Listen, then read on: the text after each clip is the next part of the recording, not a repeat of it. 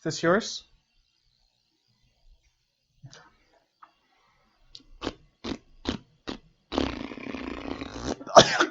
Oh!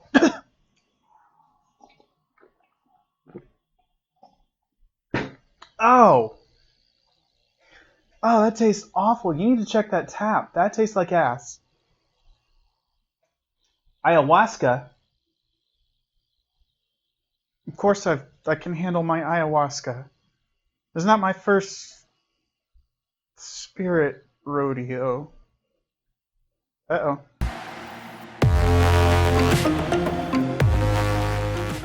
Hi, I'm Sophia-Helene Mees Tricht, and this is Burning Questions. For all of my viewers in the US, Ireland, the Czech Republic, Canada, Croatia, Germany, India, Finland, the UK, and the Netherlands, I would like to wish you good morning. Dziękuję, Marin. Dobry rano. Bonjour. Dobro jutro. Guten Morgen. Shub Prabhat. Hyvää huomenta. And Goedemorgen. I'm going to be honest with you. What I said to go over there is a complete lie. I can't handle my ayahuasca. So we gotta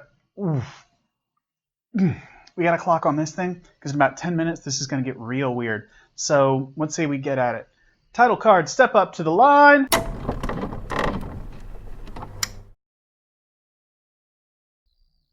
Oh, sure. Absolutely. Probably. I get to talk about historiography and sources now. Buckle in, kids. It's going to be exciting. I'm just kidding. It'll be very boring. So, you ever notice when you read a document from approximately just before the Revolutionary War, and it has all these goofy spelling mistakes and grammatical things that are weird to your eyes? Well, it's because the English language wasn't really standardized at the time, and in fact, Samuel Johnson, boring jerkface, who says that puns are the lowest form of humor, published a dictionary in 1755 that really is credited with jump-starting that process. But forget all that. Doesn't matter. We're not talking about Samuel Johnson. We're talking about standardization of language. The difficulty with identifying transgender figures in the past is that the language that we use to describe those experiences has only really been standardized in the early 1920s. So it's difficult to parse who was cross-dressing for work, or who was a habitual cross-dresser, and who had, an actual lived identity opposite of their anatomical sex. And it's on the individual historian to make that determination. So it's difficult, but interesting story came across my desk the other day from a dear friend of mine. The sad, infuriating, and sometimes joyful story of one Joseph Israel Labdel. Never heard of the name? You're not alone. The story was kind of lost to history until about 2004. So this is fairly new stuff. He was born in 1829, died in 1879, then lived in seclusion with his wife until the date of his actual death in 1912. He's what we would call today a transgender man. He went from town to town teaching music and would accidentally be found out and would have to flee in the night with his wife to avoid being tarred and feathered, a humiliation punishment that often disfigured and sometimes killed. He was involuntarily institutionalized at least once, and while in the institution, the doctors noted his status, I don't call it a condition, by describing it as sexual perversion, but then turned around and called his relationship with his wife lesbian love, which is one of the first instances of that phrase ever being used. So, we good? No? Didn't think so. So people, yes, transgender people were about, we just didn't really have the appropriate language to describe them.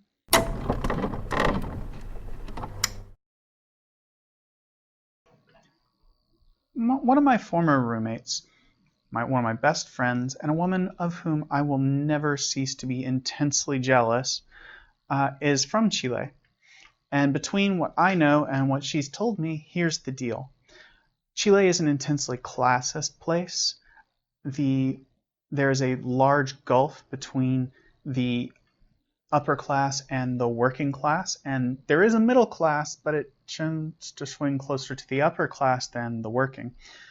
Indigenous people are often viewed as lazy and are most certainly working class. And this is very pronounced in the cities, less so in the country where there's not as much wealth to go around anyway. I mean, Chile is huge. It spans in its northern part, it goes into the Atacama Desert, one of the driest places on the planet. And in the south, it stretches all the way to Tierra del Fuego, the island at the end of the world. Next stop, Antarctica. But its divides are not geographical. It's between the haves and the have-nots.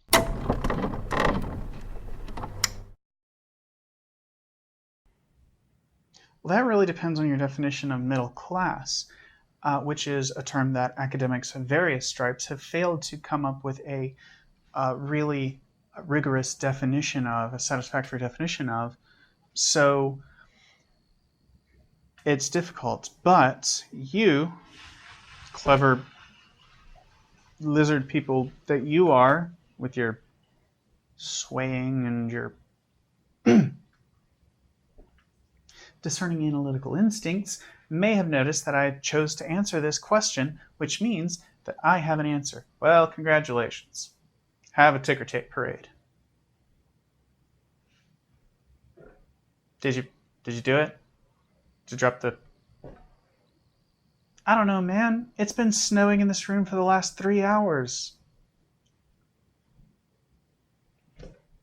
Anyway, yes, I have some stuff to say about the middle class. Now, my views on the middle class swing way closer to classical Marxism, written Marxism, not the Stalinist praxis that everyone is terrified of. So, according to Marx, the middle class is literally the bourgeoisie, who overthrew the feudal lords and brought in the sweet, sweet nectar of capitalism.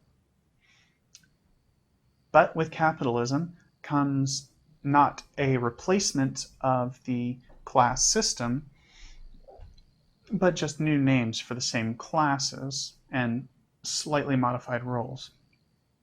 We have an upper class that fills the role of an ersatz feudal dictator or feudal lord, feudal monarch, in that they extract an extraordinary amount of wealth from the labor of the working class while injecting very little of their own labor into that process. And you think that's me being bitter? What's Amazon up to these days? Jeff Bezos on track to be the richest man in the world in a year or so? Employees are peeing in bottles so they don't get fired from their minimum wage job? What is this, Triangle Shirtwaist Factory? Come on. These aren't just the ramblings of an angry leftist. These are observations. We enacted labor laws to stop, not to prevent, to stop these things from happening. The upper class is very, very afraid of the idea of proving Marx right, in that the history of human society is that of class struggle. They need society to be about cooperation. And the working class needs their bread and circuses. And sister, did they give us a circus. They called it the American dream, or more generally, upward mobility. It's the concept that if you work hard enough, you can change your socioeconomic situation, which has happened. It happens from time to time, but the reason that we like these stories so much is because they're rare. If this happened frequently, nobody would care. It'd just be a thing. But we love these stories and we love them because they almost never happen. But we keep thinking, yes, that will be me. I will finally break the bonds of a system that has been evolving for 10,000 years. I will rise above it through sheer concerted effort. Come on. The middle class was an invention of the upper class, and that's probably a little bit facetious. I mean, I doubt the stars are literally falling into my eyes right now. Are they? Am I sparkling? Glowing? Gleaming? Glittering? Glowering? Glommering? It's not a word? Okay, we need to wrap this up. I'm starting to go places here.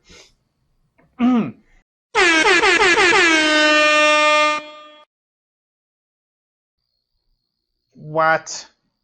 Come on, guys. I am fully tripping balls over here. Unless you have actually turned into a giant spider wearing a top hat and a monocle, which would be strange. I'm sorry, that was racist. I didn't mean that. It's not that strange. I like your monocle. It's a very fetching monocle. Ah! Alright, let's do this.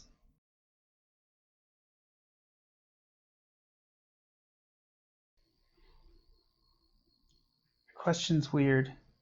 That's a weird question. So, like, if you somehow convinced all 10,000 sailors in a CSG to go rogue, you just not pay for their supplies and fuel when they get into port, or their port fees for that matter. It may take a couple months, but an army marches on its stomach.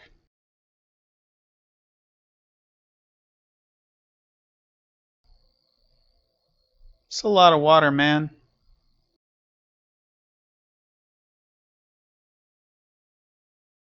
Would you hate me if I said Carlos Santana and Rob Thomas is smooth, but like right here?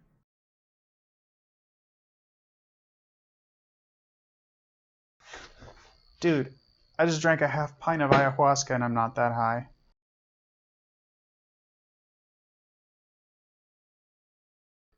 Careers are so pedestrian. We go into the family business.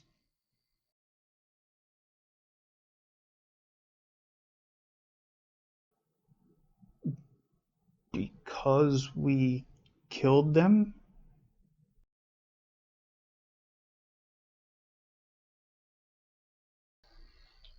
Because female life in history has always been less valuable than male life.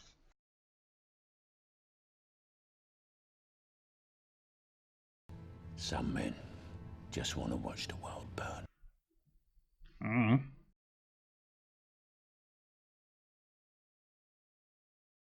I mean, spironolactone isn't great, but it's also blood pressure medication and not just an anti-androgen.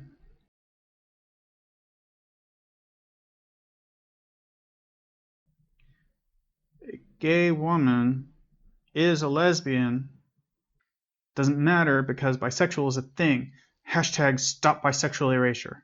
I'm done. That was too stupid. Dembro stamachice imetaliosa. Milai cinderin et sisos kalanapathis.